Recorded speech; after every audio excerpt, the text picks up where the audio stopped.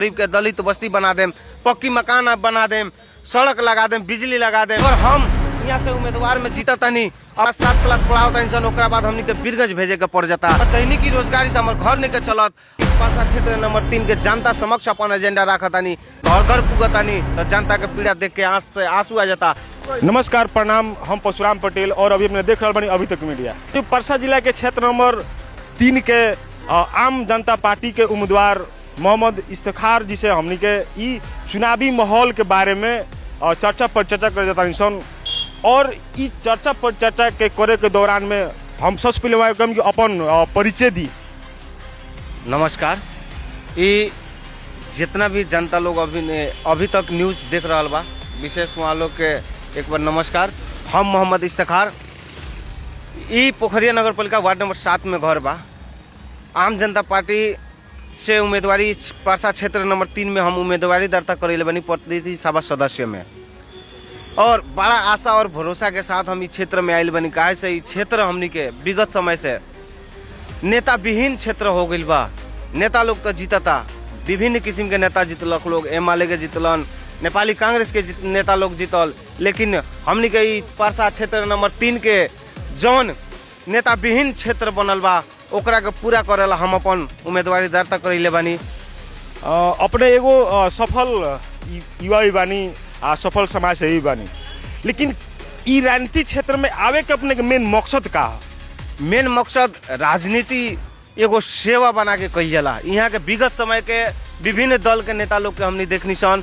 अपने के शुरू में भी कहनी है कि यहाँ इस क्षेत्र में नेता लोग तो बहुत आयल, बहुत जीतल, बहुत बच्चा कैलक, लेकिन जनता समक्ष जौन अपन बच्चा करेला उ जनता समक्ष अपन खड़ा ना उतरल। सारा चीज देके जनता आज हम उम्मीदवारी दर्ता करनी घर दैलो के क्रम में जब घर घर पुगतानी तो जनता के पीड़ा देख के आंख से आंसू आ जाता कि बबुआ सारा नेता लोग ये चीज कहलक कि हई करा देम, हऊ करा देम, गरीब के दलित बस्ती बना देम, पक्की मकान बना देम, सड़क लगा देम, बिजली लगा देम, सारा गांव गांव में सड़क बना देम। लेकिन ई क्षेत्र में खास करके 10 बरस से ई क्षेत्र नेता विहीन हो गई बा। जे जीतता भ्रष्टाचार में पकड़ा जाता, वो अंदर चल जाता। लेकिन हम एगो युवा अपन भविष्य दाव पर लगा के इस समाज के सेवा करेला, इस क्षेत्र के बदलाव करेला, इस क्षेत्र में विकास ला हम अपन उम्मीदवारी दर्ता करेले बनी। और यहाँ के जनता लोग से हम आग्रह करे के चाहतनी कि रउआ सारा नेता लोग के देखनी, सारा नेता लोग के चिन्नी, एक बार अपन समाज में अपन घर के बेटा नी नेता ना ई बेटा बन के आइल बड़न, एक बार इनका के भरोसा करी और साथ समर्थन दी। अपने कहनी कि हमरा के वोट दी, लेकिन अपने के वोट लोग काहे दी? वोट देवे के उद्देश्य काहे बाकी विभिन्न किस्म के यहाँ बच्चा होला, एजेंडा लोग लेके आवेला। हमर एजेंडा एगो युवा बानी, युवा प्रति के सोच लेके आइल बानी। हमर एजेंडा सुने तो शायद रहुआ अपने अपन मत हमरा के दान कर देम। इस आशा के साथ हम अपन एजेंडा रखतानी रहुआ सामने। और ई परसा क्षेत्र नंबर 3 के जनता समक्ष अपन एजेंडा रखतानी कि हमर एजेंडा एक बार सुनी।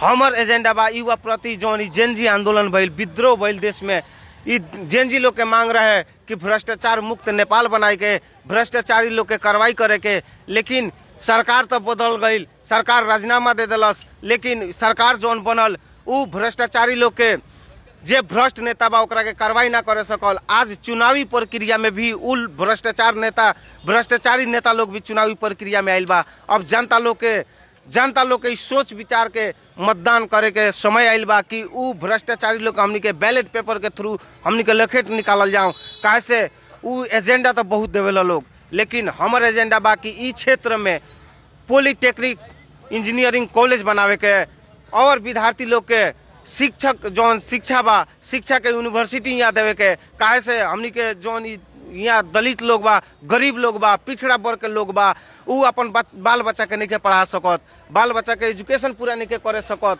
हमनी के 5 क्लास 7 क्लास यहाँ पोखरिया में पढ़ावतानी सन, सरकारी स्कूल के अवस्था सब हुए बा। 5 क्लास 7 क्लास पढ़ावतानी सन, ओकरा बाद हमनी के बीरगंज भेजे के पड़ जाता।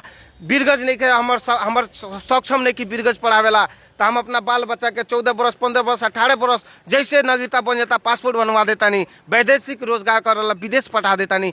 तो ये सबसे ज़्यादा पीड़ा हमरा एगो युवा भैला के वजह से हमरा पीड़ा भइल कि ना ये हमरा क्षेत्र में भ्रष्टाचार और जो दलाल नेता लोग बा ये बहुत हमरा क्षेत्र के जनता प्रति के ये लोग के जौन ई विरोध अपने षड्यंत्र करता लोग अपन घर बनावेला, जनता के घर उजाड़ेला। बहुत ही पीड़ा के साथ हम यहाँ आयल बनी कि हमारे एजेंडा टेक्निक कॉलेज बनावे के बा, यूनिवर्सिटी बनावे के बा, हर घर में बिजली मुफ्त देवे के बा, शिक्षा के फ्री कर देवे के बा, स्वास्थ्य में फ्री कर देवे के बा। आज हमनी के जे भी यहाँ मंत्री लोग बनेला आवेला पोखरिया अस्पताल के बार बार उद्घाटन करेला, लेकिन आज जौन हमनी के प्रदेश सरकार एगो स्वास्थ्य बीमा के ऑफर दिले बा, स्वास्थ्य बीमा चल जाम उ बीमा पर दवाई लेवे तो पोखरिया अस्पताल में एगो दवाई ना मिली, एगो दवाई वहाँ ना मिली, एगो अपन चेक जांच वहाँ के हॉस्पिटलाइज जोन डॉक्टर लोग बा जे अध्यक्ष बा उ सारा चीज के मैंडेट नहीं लोग मिला सकत। तो ऐसे का होला कि गरीब पीड़ा जे जनता गरीब बाटे उ अपन उपचार नहीं के करा सकत। दैनिकी रोजगारी करेला, यहाँ के गरीब जनता दैनिकी रोजगारी करेला, साइकिल चला के यहाँ से पोखरिया से बिरगज जाला, चाहे विभिन्न गांव से 3 नंबर क्षेत्र से बिरगज जाला, रोजगारी करेला, 300 400 500 रुपया कमा के लिया वाला घर परिवार चलावेला। अगर हम यहाँ से उम्मीदवार में जीता तानी, अपन उम्मीदवारी से जीता तानी, प्रतिनिधि सभा में जीता तानी, तो हम वहाँ लोग के कर फ्री करा देतानी, नगर पालिका कर ना लागे देम, बिजली के पैसा ना लागे देम, शिक्षा फ्री करा देम, स्वास्थ्य फ्री करा देम, और इस क्षेत्र के बदले लाइल बनी हम इस क्षेत्र ही बदल देम। तो कम से कम दैनिकी रोजगारी करके 500 700 1000 रुपया कमा के अपन घर कुशल मंगल से आदमी खुशहाली से जी सकता। नेताजी किन इस क्षेत्र में देखल जाता तो 3 बेर 4 बेर जीतल सांसद लोग भी चुनाव में मैदान में बा, ओकरा बाद में अपने से मने उम्र में भी बड़का बड़का लोग भी यहाँ अपन उम्मीदवारी दिला बाटे, बड़का बड़का पार्टी के भी लोग उम्मीदवारी दिला बा। तो अपने वो लोग के मात करे बखरा अपने का एगो मने से कहू रणनीति अपने का बाटे कि वो लोग अपने मात दे सकता। एमे सबसे पहले हमरा 3 नंबर क्षेत्र के जनता लोग से हमारा आग्रह बा कि एक बार हम नेता बन के ना बेटा बन के आइल बानी। हमरा जहाँ तक लगा था कि पारसा क्षेत्र नंबर 3 ना बल्कि पूरा पारसा जिला में हमरा उम्र के 26 वर्ष के उम्र में प्रतिनिधि सभा के चुनाव लड़े वाला कोई के साहस ना कैले रहे, कोई हिम्मत ना कैलक। लेकिन आज अपने लोग के समाज में अपने के बेटा आइल बा प्रतिनिधि सभा, वैसन दिग्गज जे खूंटा गाड़ के बैठल बा, वैसन नेता लोग से लड़े ला आइल बनी। हम लड़ाई लड़े ला आइल बनी, अपने लोग साथ देम तो हम अपने लोग का हक हित ला जान त्यागे ला भी तैयार बनी। जैसे पार्टी और दिग्गज लोग के बात होता, जैसे हम घरदैलो में घर डोर टू डोर गईनी है, तो ये चीज़ हमरा समझ आयल कि जनता इतना पीड़ित बा, उ दलाल और उ नेता लोग के दलाली करे वाला लोग के वजह से पीड़ित बा। केंद्र से सारा बजट आवता, काम सरकार देते बा, प्रदेश सरकार देते बा, लेकिन ग्राउंड लेवल में जनता लगे नहीं के पहुँच सकत, उ वजह भी बा। आज देखे तो हमनी के एगो नया युवा 26 वर्ष के युवा भैला के वजह से डोर टू डोर हमरा जाए के पड़ता। काहे से हमर पहचान नहीं के, हमारा चिन्ह जान नहीं के, हमरा लगे दलाल लोग नहीं के, हमरा लगे पैसा नहीं के। हम चंदा उठा के चुनाव लड़े आइल बनी, हम चंदा आम जनता से चंदा करके चुनाव लड़तानी कि हमरा के सहयोग करी और हमरा के जिताई। हम वोट किने नहीं की आइल और वैसन उ लोग जैसन भ्रष्टाचार करे नहीं की आइल। हमरा के चीनी लगन अपने के समाज के अपने के गांव के बेटा आइल बा। अब हम यहाँ चंदा करके आम जनता से चंदा करके चुनाव लड़े आइल बनी। काहे से हमरा क्षेत्र ई पारसा 3 नंबर क्षेत्र बदले के चाहना लेके आइल बनी। हमरा बदलाव देखे के बा, यहाँ सारा चीज खुशल मंगल जनता लोग के खुशहाल देखे के बा, उ सपना लेकर हम यहाँ उपस्थित भइल बनी। अपने इस क्षेत्रवासी लोग से अंत में का कहे के चाहेम? हम संपूर्ण क्षेत्रवासी लोग से कहे के चाहेम कि मतदान जौन बा, ई जौन हमनी के वोट के प्रक्रिया होकेला, ई वोट जौन हमनी के कहे नहीं सन, इंग्लिश शब्द हो गई वोट, मतदान एकर नाम हो, ई मतदान कइल जाला। लेकिन आज के समय में ई नेता लोग के का हो गई बा, भ्रष्टाचार जो नेता लोग बा जे भ्रष्टाचारी बा, उ पैसा लेके आवेला, पैसा अपन पैसा के पावर में दलाल के पैसा देवेला। कोई दलाल पैसा लेके जाला जनता समक्ष 200 400 500 में हमनी अपन भविष्य बेचतानी सन, अपन बाल बच्चा के भविष्य बेचतानी सन। हमनी के अगर कोई 500 रुपया दिले बा तो ओकरा सामने नहीं बतिया सकत, काहे कि हमरा को पैसा दिले बा तो हम काथी सवाल कर सकेम। अगर आज अपने 500 में ना बेचाएम, अपन ईमानदारी पर अपने वोट देम, मतदान करेम, बेचेम ना, तो हमरा जहाँ तक लगा था कि जब दान करेम तो अपने कहीं नेता सबके कालर धर के सवाल कर सकतानी कि अपने हमरा भविष्य ला का कहनी, हमरा बाल बच्चा ला का करतानी, और हमरा बाल बच्चा के पढ़ाई ला का करतानी, हमरा स्वास्थ्य में हमरा बूढ़ा पेंसिल के जौन स्वास्थ्य अवस्था हो जाई, हमर दैनिकी रोजगारी से हमर घर नहीं के चलत, हमरा जौन है कर से हमर देश में आतंक भइल बा, जौन कर के मार से हम मरतानी, तो वो हमरा ला का कहनी। सबसे पहिल का सवाल ई 3 नंबर क्षेत्र के जनता लोग से हम कहे के चाहें कि अपने के द्वार पर कोई भी दलाल जाता चाहे कोई नेता जाता तो अपने सबसे पहिल का सवाल पूछी कि अपने हमरा भविष्य ला का करें, हमारा बाल बच्चा के भविष्य ला का करें, शिक्षा ला का करें।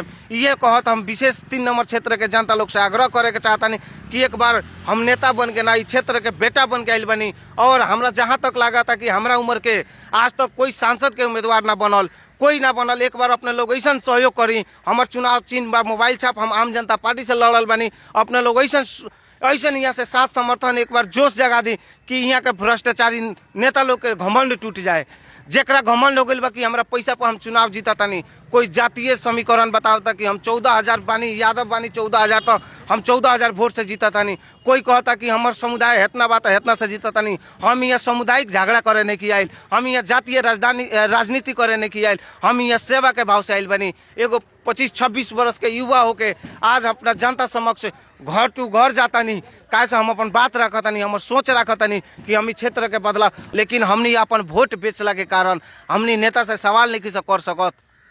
ई बार के चुनाव हमनी के परिवर्तन ला चुनाव है, हमनी के देश जोगावे ला चुनाव है। हमनी के जौन चुनाव भइल बा, जे भ्रष्टाचारी दुनिया में कहीं भी दूगो विपक्षी दल जौन मजबूत दल होकेला गठबंधन करके सरकार ना बनावेला, जौन काम हमनी के नेपाल में भइल, अपन सरकार अपन सत्ता अपन भ्रष्टाचारी छुपावेला। दूगो सबसे देश के दूगो सबसे बड़का दल मिलकर गठबंधन करके सरकार बनैला लोग।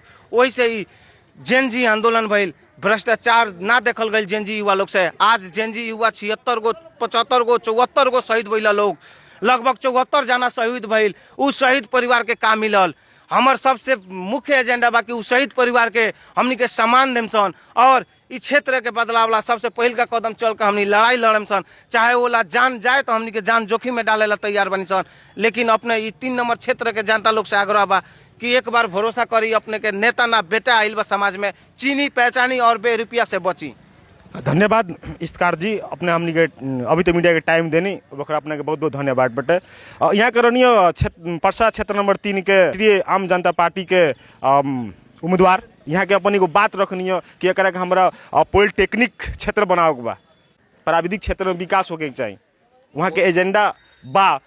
ये कहत हम परशुराम पटेल विदा मांगते हैं। नमस्कार, प्रणाम।